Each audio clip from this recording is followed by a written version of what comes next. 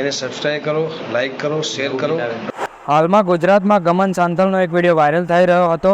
તેમાં ભુવાજી ખૂબ જ ગુસ્સે થયા હતા. ગુસ્સે થવા પાછળ ઉપેશ પટેલ નામના વ્યક્તિ આ જે વિડીયોમાં છે તેમને સ્વમાન અને પરિવારના દીપોમાના મંદિર વિશે કંઈક તટસ્થ શબ્દો બોલ્યા હતા.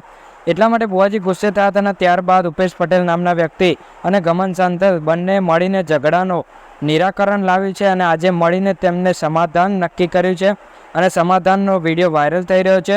જે વિડીયો તમે આખો જુઓ તેઓ શું બોલી રહ્યા છે અને ખોટી અફવાઓથી દૂર રહો. જય માં શીતળા. જે મેસેજ ફોરવર્ડ થયેલો હતો અને એમાં મારા તરફથી મા શીતળાના મંદિરની જે કેમ લેટ થઈ રહ્યું છે તેની માગણી હતી. તો ભુવાજી જોડે અમારા ટોટલી વાતચીત થઈ ગઈ.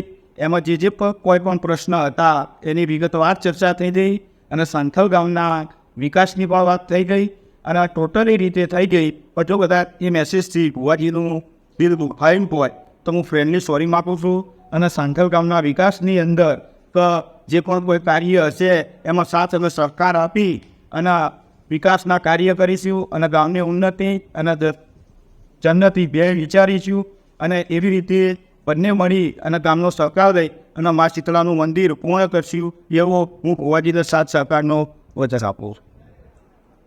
જય નિગમમાં, જય માતાજી. મારા વાલા ચાહકો મિત્રો, જય સીતારામ, મહાદેવ.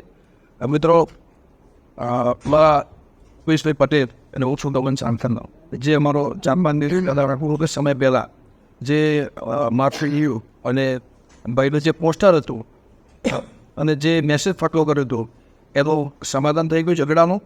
એટલે કોઈને આગળ ફોરવર્ડ કરવો નહીં, કોઈ ઇસ્યુ કરવો નહીં અને આખા ગામ વતીથી અને આખા ગામની લાગણી, પ્રેમ અને ભાવથી અને આખા ગામની સંમતિ ભેગા થઈને આગેવાનોનું માન મર્યાદા રાખીને અમે આ ઝઘડાનું સમાધાન કરીએ છીએ. જય સીતારામ, જય દીપોમાં, મારા વાલા ચોકો મિત્રો. અને આનો ખોટો કોઈ ઇસ્યુ કરવો નહીં અને આગળ કોઈને મેસેજ ફોરવર્ડ કરવો નહીં.